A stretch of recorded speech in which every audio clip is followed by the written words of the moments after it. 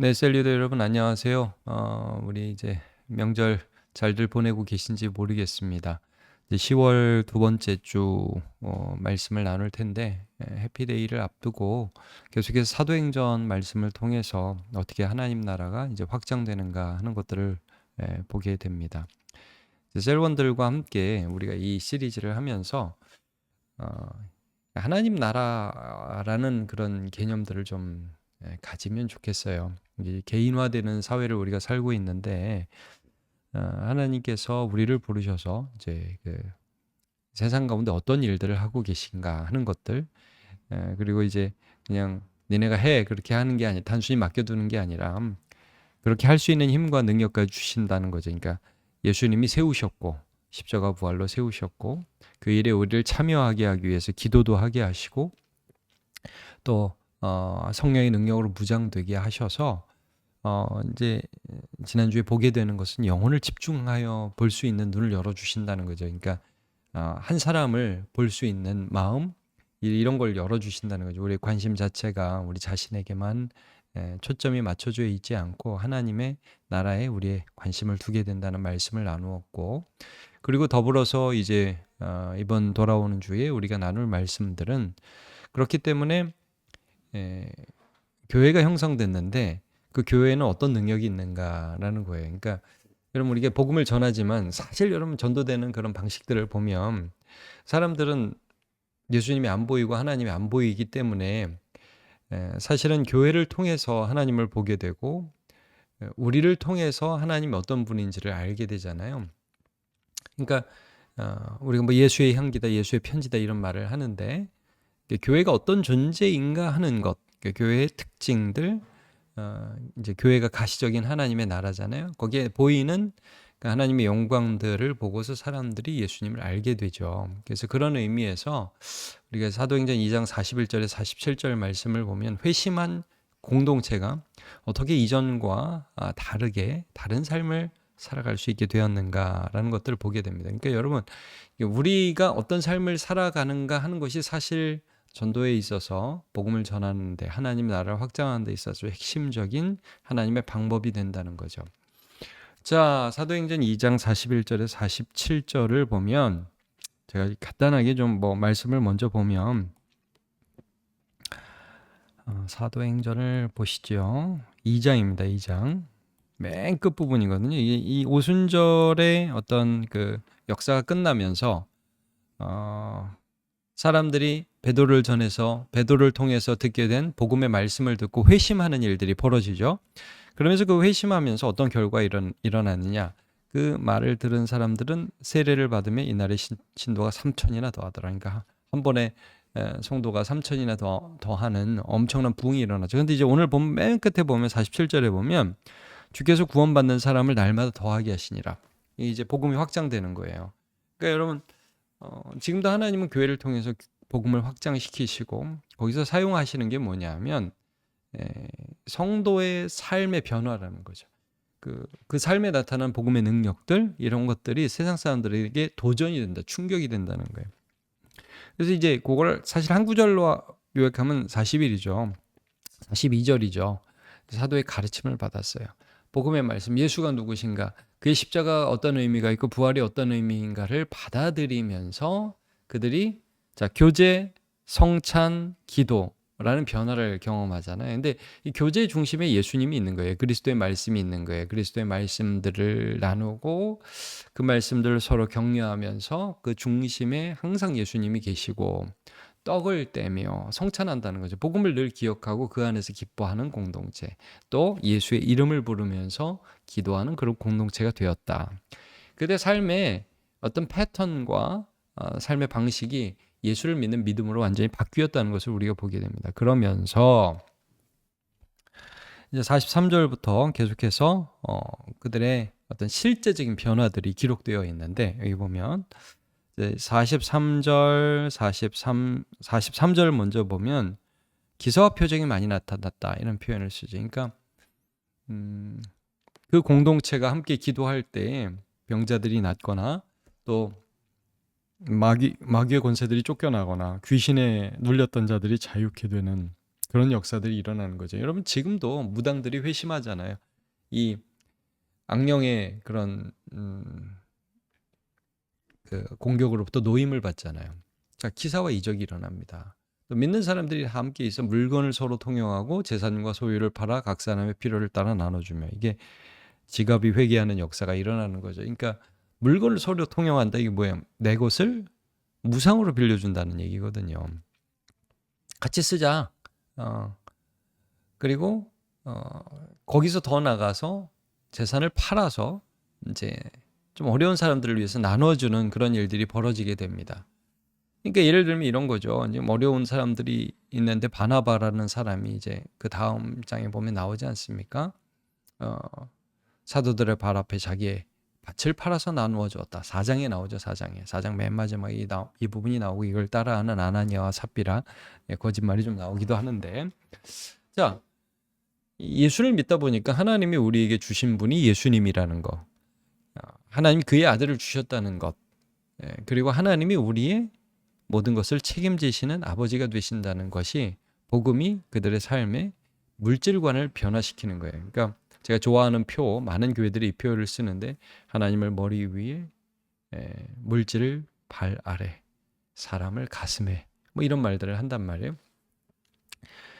그들이 이 세상을 바라보며 특별히 물질을 바라보고 사람을 바라보는 우선순위가 바뀌는 것을 보게 됩니다. 이게 이제 세상에 충격을 주는 거지. 너는 어떻게 그렇게 살 수 있니? 바보 아니니? 바보라고 하면서도 이상한 거예요. 그렇게 할 수 있는 어떤 능력이 그들에게 있다. 그래서 두려워하는 거죠. 자, 그 다음에 그래서 이제 요거는 이제 기적, 요거는 사랑, 이렇게 얘기를 하고, 그 다음에 이제 46절, 마음을 같이 해서 모이기를 힘쓰고 떡을 떼며 기쁨과 순전한 마음으로 음식을 먹고. 이게 뭐예요? 예수 중심의 하나됨. 세상은 분열하잖아요. 너와 내가 다르고 이제 너와 내가 그 차이가 있다. 그렇기 때문에 난 너하고 함께 하지 않겠다. 이게 이제 세상이거든요. 사실 여러분, 뭐 동아리라는 것은 있어요. 세상에 어떤 공통의 관심사가 있죠. 교회는 무엇입니까? 교회는 수많은 서로 다름과 분열의 이유가 있음에도 불구하고 우리가 예수를 믿는다는 그 이유 때문에 하나됨을 유지하고 서로 용서하고 서로 발전해 나가는 공동체, 이게 교회입니다. 그러니까 어떻게 쟤네들이 같이 있을 수 있지? 그것 자체에 사람들은 감동을 받는다는 거죠. 많이 배운 사람이나 못 배운 사람이나. 근데 참 재미있는 건 못 배운 사람도 지혜로워지고 많이 배운 사람도 겸손해질 수 있는 공동체가 바로 교회라는 거죠. 그래서 이런 식으로 해서 세상에 충격을 준 거예요. 마지막으로 찬미했다. 하나님을 찬미했다. 찬양하는 공동체. 여러분, 세상은 모이면 자기 재미, 쾌락을 추구하거나 뭐 자기 발전을 추구할 수는 있겠죠. 그리고 또 뭐 누구 남을 욕을 하거나 불평과 불만을 토로하는 일들이 참 많이 있죠.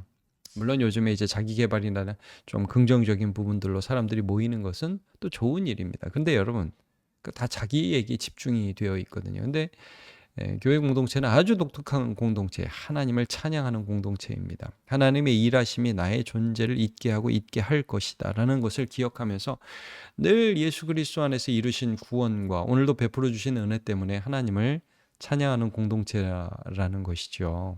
그래서 이것이 이 세상에 충격을 주고, 그러니까 한편으로는 저건 너무 다른데 어떻게 하지 하면서도 이 세상을 살아가면서 이 세상 안에 있는 거짓과 한계를 경험하면서 사람들이 예수께 마음이 끌리기 시작한다는 거죠. 그래서 하나님께서 영혼을 구원하실 때에 쓰시는 방법이 교회 공동체다. 그리고 하나님 나라의 어떤 이런 특징들 봤지만, 기적, 사랑, 하나됨, 찬양, 뭐 이런 것들이 교회 공동체의 특징이 된다는 거죠. 이제 다시 보면 처음부터 볼게요. 오순절 성령 강림 후 초대교회는 사도의 가르침, 교제, 성찬, 기도에 힘을 쓰면서 복음을 삶에 담아냈습니다. 그렇죠? 우리가 봤죠? 그리고 그 가르침의 핵심은 예수 그리스도입니다. 그러니까 여러분, 교회는 항상 예수님으로밖에 설명되지 않아요. 예수님으로 설명되는 거예요. 우리 안에 주님이 계시다. 주님의 말씀이 가르쳐진다. 그래서 항상 이제 이런 것도 우리가 셀 리더들 한번 성도들한테 강조를 해주시면 좋을 거는 같은데, 예배가 왜 소중하냐? 예배는 아직 내가 다 받아들이지 못하지만, 그러나 그럴 수도 있지만 그러나 예수님의 말씀이 선포되는 자리이기 때문입니다. 그리고 그 말씀을 근거로 해서 찬양하고 기도하며 감사하는 교회의 정체성이 그대로 녹아있기 때문이죠. 그래서 하여튼 핵심은 예수 그리스도. 우리는 우리의 삶에 예수를 믿는 신앙을 의식하고 살아가고 있습니까? 여러분 이게 굉장히 중요하다는 거죠. 예수 그리스도를 의식하며 살아가고 있는가? 지난 한 주 아마 이 나눔할 때는 명절이 끝났으니까 명절 지내면서 어떻게 예수님과 어떻게 동행하셨어요? 이렇게 질문할 수 있겠죠. 이제 음식 나누고 그러면서 저 사람이 예수 믿기를 바라는 마음으로 혹은 내 행동이 어떻게 예수님의 어떤 성품을 반영할까 이런 고민을 하면서 나는 행동했다. 뭐 그런 얘기들을 할 수 있겠죠. 자, 말씀과 나눔 법죠. 하나님 나라의 능력과 사랑, 이제 기적 하나님 나라의 능력이죠. 그다음에 사랑, 물질을 통용하고 재산과 소유를 팔아서 가난한 사람들을 위하여 나누어 주고 하는 그런 일들을 하게 되었습니다.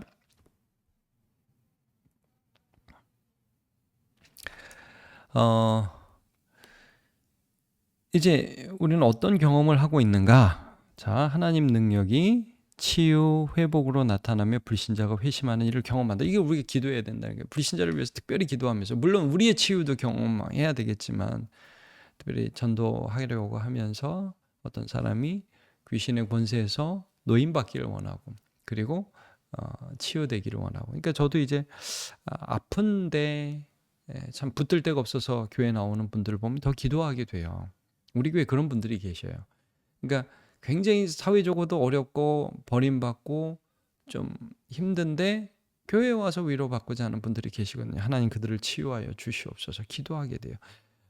그리고 우리의 모든 삶을 통해서 결국 하나님 영광 받으시기를 위해서 기도하게 돼요. 그러니까 여러분 어떤 교회는 이런 교회도 있었어요. 예전에 보면 기적이 상식이 되는 교회 이런 표어를 가진 교회도 있었어요.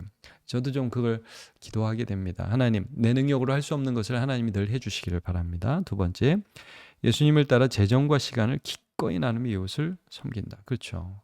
이게 교회의 기적이죠. 그러니까 우리 교회도 어떤 절기 때마다 선교사님이라든지 어려운 이웃을 위해서 구호 활동을 위해서 이제 재정을 지출하고 평소에도 구제를 힘쓰고 좀 더 많은 일들을 하고 싶거든요. 이제 이런 일들을 하는 게 교회의 정체성입니다. 그러니까 이제 예수님이 우리 가운데 함께 계시기 때문에 우리는 늘 돈을 흘려보낸다. 저는 개인적으로 더 말하는 것은 우리 교회가 더 많은 구제, 선교, 전도 또 이 사회에 기부하는 일들 하기를 원해요. 우리가 어렵지만 우리 교회가 넉넉하지 않지만 그러나 그렇게 할 때 하나님께서 우리를 사용하시는 거죠. 그리고 이제 세 번째 늘 현실에 안주하며 기적과 치유를 기대하지 않는다. 이거 이제 반대죠. 우리는 뭐 그런 거 별로 생각하지 않고 살아요. 기도하지 않죠. 그러면 근데 이걸 하면 이제 이걸 기대하면 기도하게 되죠. 늘 불안과 염려 속에서 나누며 섬기기를 주저한다. 우리의 모습이 어떤 것인지 한번 좀 생각해 보면 좋겠습니다. 두 번째인데요. 자, 하나님 나라는 예수 안에서 하나된 공동체이며 하나님을 찬미하는 공동체입니다. 우리는 하나님 나라 정체성을 어떻게 지키고 있습니까? 우리가 좀 전에 봤죠. 배경, 지위, 상황이 다름에도 예수 안에서 서로 용서하고 용납하면서 하나됨을 지키려 한다. 이게 굉장히 중요합니다.